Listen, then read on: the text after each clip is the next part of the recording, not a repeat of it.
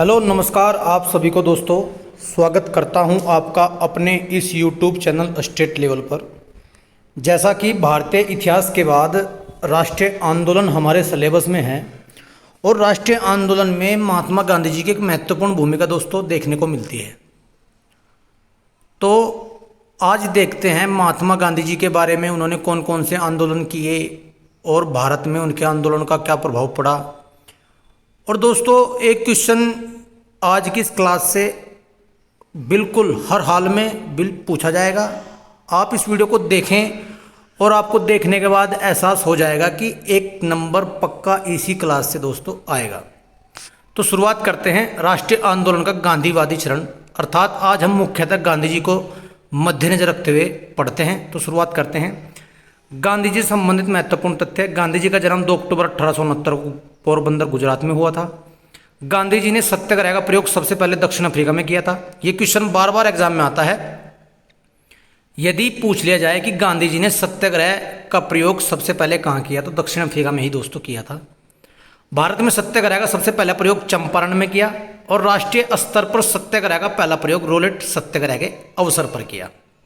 ये बातें सभी देखने को मिलती हैं। गांधी जी टोल्स्टॉय के विचारों से प्रभावित थे और गांधी जी ने सर्वोदय की अवधारणा दी, जिसका अर्थ है सभी का उदय या कल्याण हो। गांधी जी ने भगवत गीता को अपनी माता कहा था। गांधी जी को दार्शनिक अराजकतावादी माना जाता है। दोस्तों ये कुछ बातें गांधी जी के संबंधित थी। आगे भी बढ़ते हैं और देखते हैं गांधी जी के बारे में क्या क्या और देखने को मिलता है। गांधी अब्दुल्ला का मुकदमा लड़ने के लिए दक्षिण अफ्रीका गए। गांधी जी ने दक्षिण अफ्रीका में 1894 में नटाल इंडियन कांग्रेस तथा 1904 में फिनिक्स आश्रम की स्थापना की। जर्मन मित्र हरमन कालेनबाग की सहायता से टोल्स्टॉय फॉर्म स्थापित किया। गांधी जी ने दक्षिण अफ्रीका में इंडियन ओपिनियन नामक एक पत्रिका भी निकाली। दोस्तों इंडियन ओपिनियन पत्रिका के प्रथम संपादक मनसुख लाल नजर थे।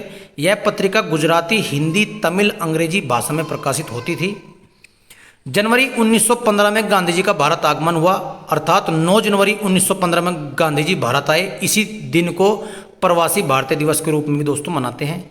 ब्रिटिश सरकार ने 1915 में गांधी जी को केसरी हिंद की उपाधि दी। इसका देने के पीछे एक ही उद्देश्य था। गांधी जी ने थोड़ी सी 1914 अर्थात प्रथम जो विश्व युद्ध हुआ था उसमें अंग्रेजों की मदद की थी। उसके आधार पर अंग्रेजों ने इन्हें केसरी हिंद की उपाधि दी थी। गांधी जी का मानना था कि पूंजीपति को श्रमिकों के न्यायकर्ता के रूप में कार्य करना चाहिए। अब देखते हैं सत्याग्रह आश्रम की स्थापना 1915 में कोचरब अहमदाबाद में की थी। 1917 में सत्याग्रह आश्रम को साबरमती नदी के किनारे पुनर्स्थापित किया था। गांधी जी के भारत के सत्याग्रह क्रम चंपारण 1917, अहमदाबाद मिल मजदूर 1918 और खेड़ा आंदोलन 1918, ये तीनों ही आंदोलन इनके बड़े प्रमुख हैं। दोस्तों चंपारण सत्याग्रह में राजेंद्र प्रसाद, महादेव देसाई, जे.बी. कृपलानी आदि गांधी जी के सहयोगी भी थे। दोस्तों थे। चंपारण सत्याग्रह की सफलता के बाद रविंद्रनाथ टैगोर ने महात्मा गांधी को महात्मा की उपाधि दी। अर्थात ये पूछ लिया जाता है कि महात्मा की उपाधि इनको किसने दी, तो रविंद्रनाथ टैगोर ने दी। दोस्तों रोलेट एक्ट 1919 को बिना वकील, बिना अपील, बिना दलील का कानून कहा गया। 9 अप्रैल 1919 कुछ स्रोतों में 10 अप्रैल को पंजाब के लोकप्रिय नेता सैफुद्दीन किचलू एवं सत्यपाल को गिरफ्तार कर लिया गया।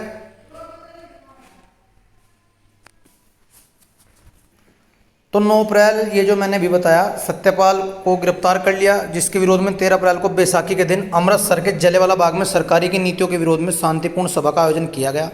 इस सभा स्थल पर उपस्थित अमृतसर के फौजी कमांडर जनरल ओ डायर ने निहत्थी जनता पर गोली चलाने का आदेश दिया। इसी घटना को जलियांवाला बाग हत्याकांड के नाम से जाना जाता है। दोस्तों जलियांवाला बाग हत्याकांड के विरोध में रविंद्रनाथ टैगोर ने नाइट्स या सर की उपाधि त्याग दी तथा वायसराय की कार्यकारिणी परिषद के सदस्य शंकर नायर ने अपना पद त्याग दिया। जलियांवाला बाग हत्याकांड की जांच हेतु सरकार ने हंटर कमीशन की नियुक्ति की। इस समिति में 3 भारतीयों को भी शामिल किया गया, चिमनलाल सीतलवाड़, सुल्तान अहमद तथा जगत तना नारायण। ये भी 3 पूछ लिए जाते हैं कौन कौन उसके सदस्य थे। कांग्रेस ने भी इस हत्याकांड की जांच हेतु एक समिति नियुक्त की, जिसके अध्यक्ष मदन मोहन मालवीय तथा R.C. दास जयकर थे। नवंबर 1919 में दिल्ली में अखिल भारतीय खिलाफत सम्मेलन का आयोजन किया गया, जिसकी अध्यक्षता महात्मा गांधी ने की। मदन मोहन मालवीय तथा मोहम्मद अली जिन्ना ने भी इसका समर्थन नहीं किया। अर्थात इन दोनों ने इसका समर्थन नहीं किया था। जब खिलाफत कमेटी भारत में बनी थी तो मदन मोहन मालवीय और मोहम्मद अली जिन्ना ने उस कमेटी का समर्थन नहीं किया था। 1 अगस्त 1920 में असहयोग आंदोलन प्रारंभ हो गया। इसी दिन तिलक जी का निधन भी हो गया था। और इसी दिन तिलक फंड भी एक स्थापित किया गया था। सितंबर 1920 में कलकत्ता में कांग्रेस का विशेष अधिवेशन बुलाया गया, जिसकी अध्यक्षता लाला लाजपत राय ने की। नागपुर अधिवेशन नवंबर 1920 में आर.सी. दत्त ने ही असहयोग आंदोलन से संबंधित प्रस्ताव पेश किया। असहयोग आंदोलन के दौरान सुभाष चंद्र बोस नेशनल कॉलेज कलकत्ता के प्रधानाचार्य बने। रविंद्रनाथ टैगोर ने विदेशी वस्त्र को जलाए जाने का विरोध किया था। और असहयोग आंदोलन के दौरान सबसे पहले गिरफ्तार होने वाले नेता आर.सी. दास और उनकी पत्नी बसंती देवी थी। असहयोग आंदोलन के दौरान गांधी जी ने 1 वर्ष में स्वराज प्राप्त करने का नारा भी दिया। ये भी नारा कई बार पूछ लिया जाता है कि कब दिया, कैसे दिया, किस कंडीशन में दिया। 5 फरवरी 1922 में, कुछ स्रोतों में 4 फरवरी लिखा हुआ है। उत्तर प्रदेश के चौरी चौरा गोरखपुर में भीड़ ने पुलिस थाने पर हमला कर एक आग लगा दी, जिसमें 22 पुलिसकर्मी मारे गए और गांधी जी ने अपना असहयोग आंदोलन वापस लेना पड़ा। अर्थात देखते हैं, असहयोग आंदोलन की असफलता के पश्चात जनवरी 1923 में इलाहाबाद में आर.सी. दास एवं मोतीलाल नेहरू ने स्वराज पार्टी की स्थापना कर ली। C.R. दास इसके अध्यक्ष एवं मोतीलाल नेहरू महामंत्री बनाए गए। नवंबर 1924 में गांधी, C.R. दास, मोतीलाल नेहरू, मध्य गांधी दास, मतलब C.R. दास मोतीलाल नेहरू के मध्य गांधी दास पैक्ट हुआ। महात्मा गांधी ने दिसंबर 1924 में बेलगाम कर्नाटक में कांग्रेस के एकमात्र अधिवेशन की अध्यक्षता की। और ये क्वेश्चन बार बार एग्जाम में आता है, गांधी जी ने किस अधिवेशन की अध्यक्षता की?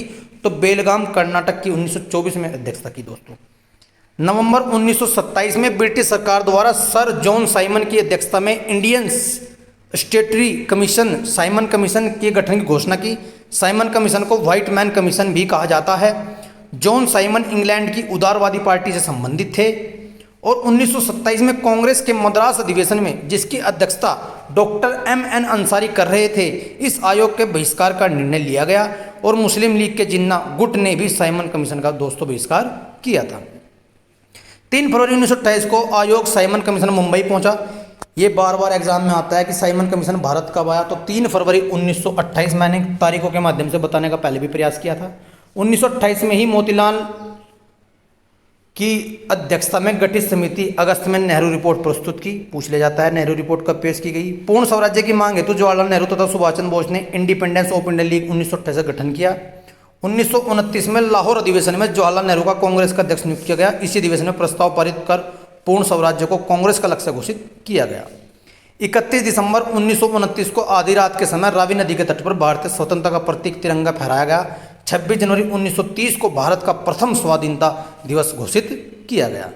तो दोस्तों, ये सभी कुछ महत्वपूर्ण घटनाएं थे महात्मा गांधी जी से संबंधित, जो परीक्षा में बार बार आती हैं।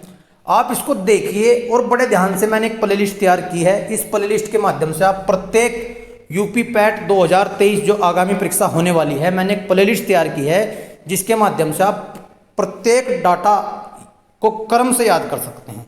तो दोस्तों, इसको बार बार देखिए। धन्यवाद दोस्तों।